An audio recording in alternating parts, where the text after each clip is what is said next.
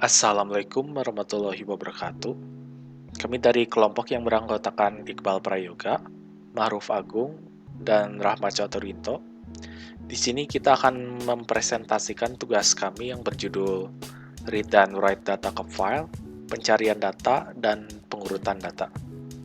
Pertama, kita akan menjelaskan tentang read dan write data dari file atau ke file, dan kita akan menjelaskan tentang pembuatan menu-menunya yang akan dijelaskan oleh saya, Rahmat Caturinto.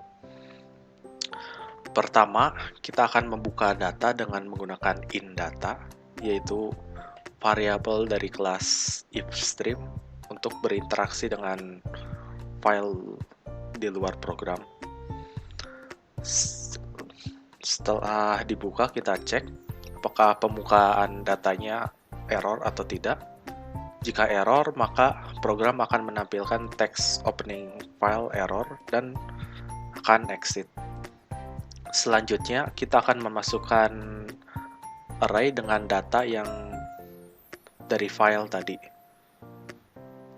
Kita akan menggunakan perulangan while dengan kondisi data pada file dan data pada array belum mencapai indeks akhir atau yang terakhir. Lalu data tersebut akan kita tampilkan dengan perulangan for, seperti di bawah ini. Untuk menunya kita menggunakan switch case untuk memilih operasinya.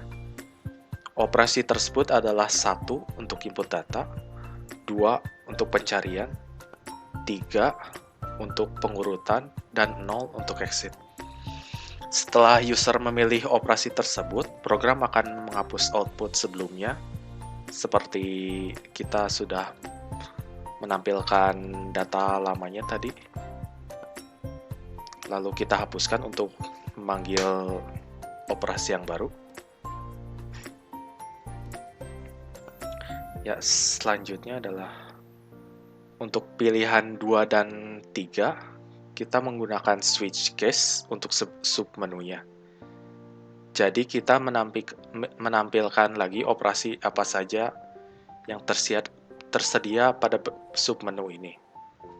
Lalu setelah submenunya dipilih, maka kita akan memanggil fungsi berdasarkan operasinya. Terakhir, pada bagian menu, bila user menginputkan 0, maka program akan berhenti dan keluar. Setelah program mengoperasikan fungsi-fungsi yang dipilih tadi, maka akan mengeluarkan nilai balikan ulang. Nilai balikan ulang ini adalah nilai yang menentukan apakah user mau kembali ke menu utama atau tidak, yang diwakilkan oleh 0 atau tidak dan 1 atau iya. Jadi ulang ini diisi saat pada akhir operasi fungsi yang tadi. Ya. Selanjutnya adalah ke proses input data. Jika user memilih 1, maka user akan menginput data baru ke dalam file. Konsepnya itu sama dengan memasukkan data ke program.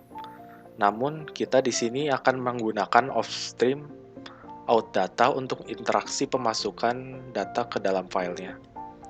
Untuk memasukkan datanya, kita menggunakan perulangan for sampai indeks akhir, yaitu 5. Pada perulangan ini, kita memasukkan data baru pada variabel data B yang nantinya akan dikirim ke filenya. Setiap pemasukan, kita harus menambahkan /n untuk mengisi elemen berikutnya. Jadi kalau kita tidak memakai /n, langsung out data B, maka datanya akan menyatu, tidak terpisah lagi seperti array. Selanjutnya adalah demo aplikasinya. Seperti ini. Bisa dilihat menunya. Kita menampilkan data yang tersedia pada file. lalu operasi yang tersedia. Kita akan memilih satu untuk input data. Maka kita akan langsung memasukkan data yang baru. Seperti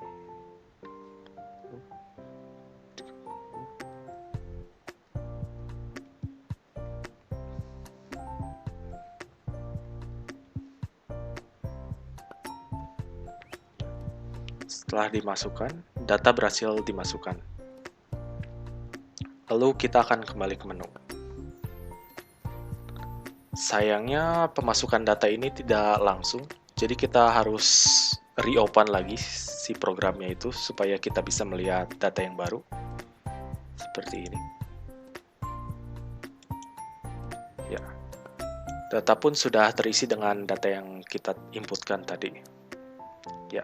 Sekian penjelasan pembuatan tahap 1 ini. Tahap berikutnya akan dijelaskan oleh rekan-rekan saya. Sekian.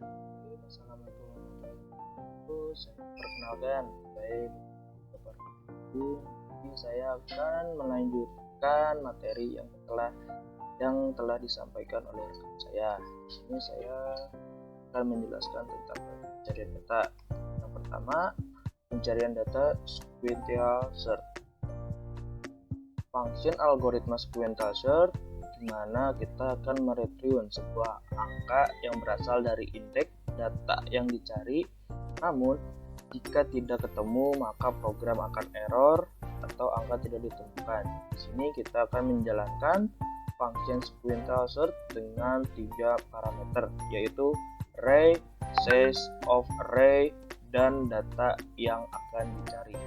Selain itu, kita juga akan menampung dari function tersebut ke dalam variabel index. Di sini kita langsung aja compile file tersebut. Di sini kita klik nomor 2 untuk pencarian data. Kita pilih nomor 1 sequential search. Masukkan data yang kita akan cari. Kita coba mencari angka 77. Data yang kita cari ditemukan. Nah, pencarian data binary search, algoritma binary search sesuai dengan yang diinginkan tes. Ini kita menyiapkan array yang akan di-search. Kita meminta user memasukkan berapa panjang array yang akan dibuat di variabel i. Lalu kita akan membuat array dengan variabel i banyak r. Setelah itu kita akan melakukan looping untuk memasukkan value di setiap array. Ini kita akan menjalankan algoritma sort dengan mengirimkan array dan variabel n setelah selesai array.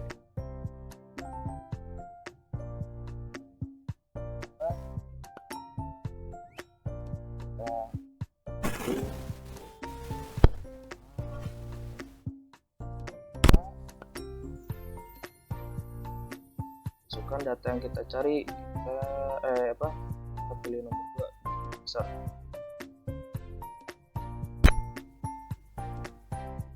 Ini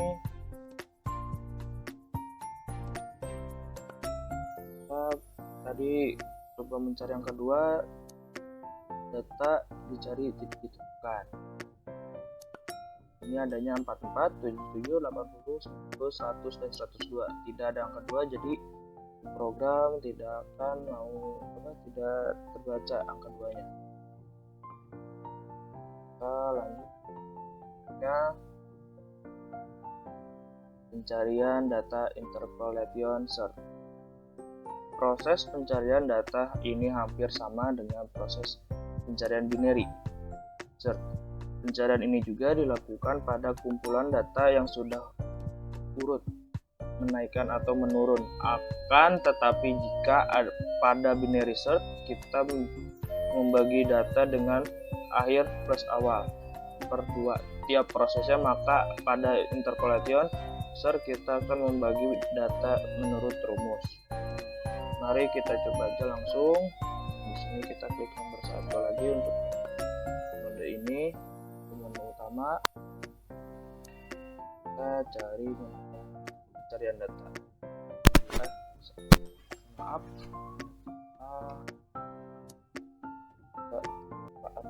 compile pencarian data. Di sini kita klik nomor 3, interpolation search. Masukkan yang kita data yang kita cari, terus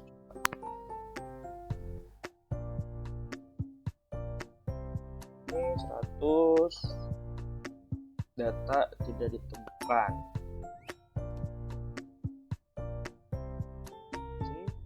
Warahmatullahi wabarakatuh. Perkenalkan, nama saya Iqbal Praga Wiliana.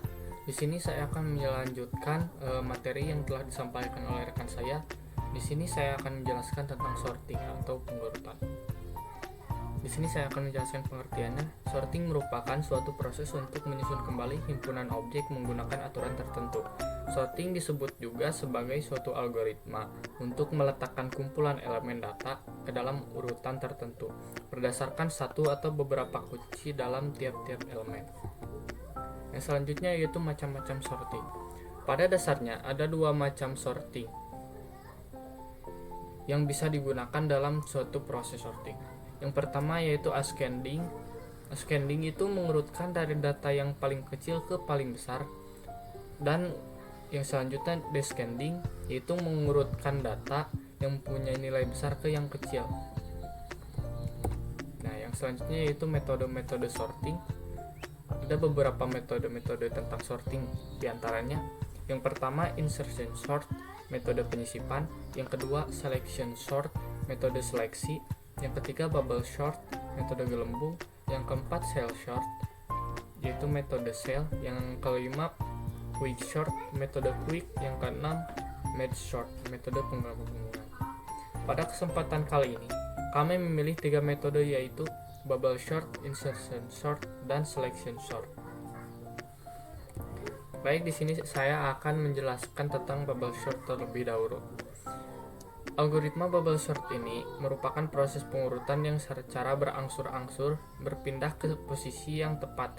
Karena itulah dinamakan bubble, yang artinya gelembung. Algoritma ini mengurutkan data dari terbesar ke yang kecil ataupun sebaliknya.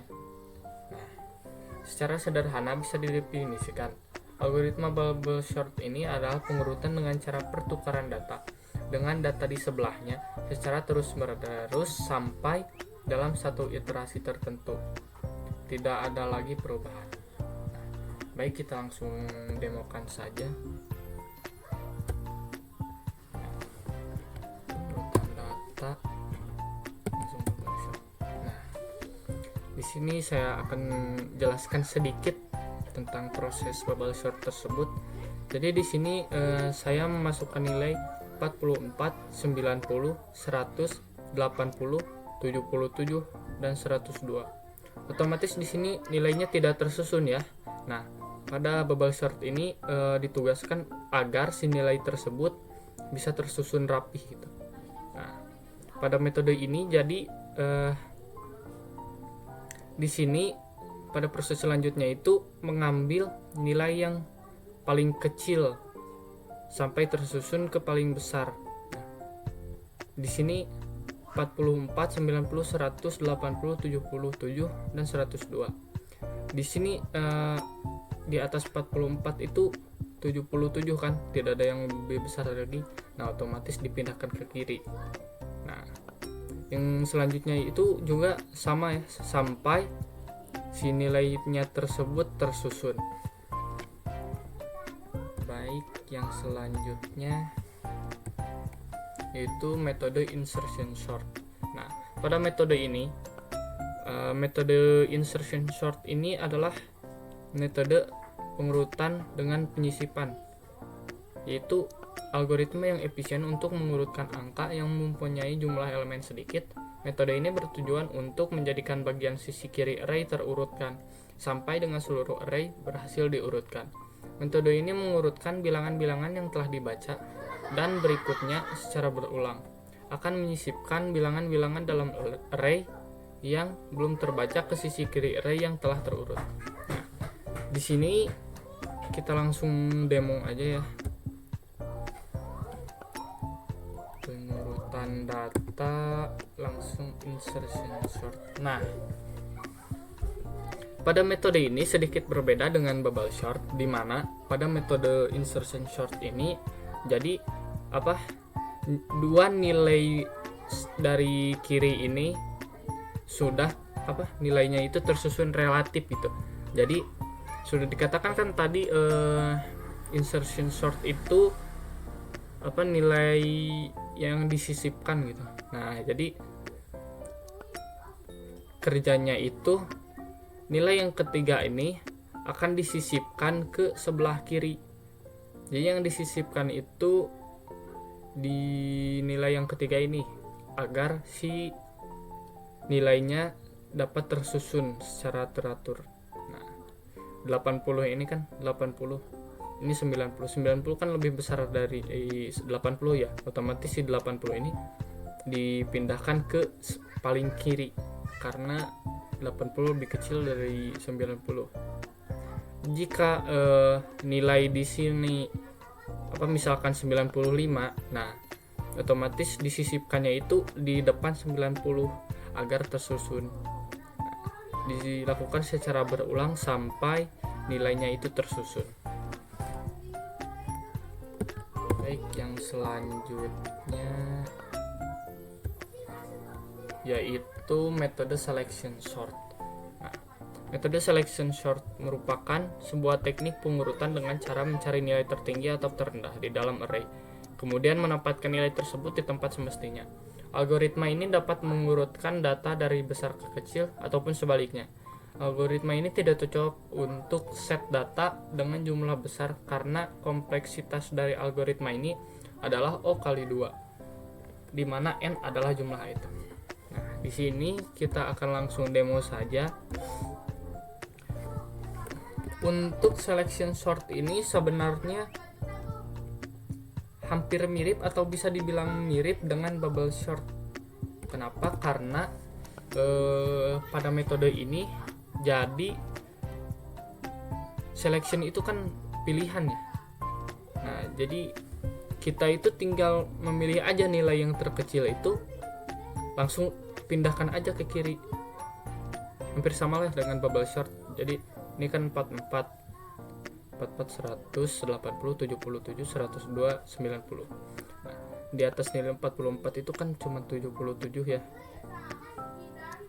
Yang lainnya di atas 44, jadi 77 pindahkan ke sini, 80 ke sini, dan seterusnya sampai nilainya tersusun. Baik, sekian. Terima kasih atas perhatiannya. Kurang lebihnya mohon maaf jika ada perkataan yang tidak enak maupun salah. Demikian akhir dari presentasi kelompok kami. Semoga bermanfaat untuk kita semua. Assalamualaikum warahmatullahi wabarakatuh.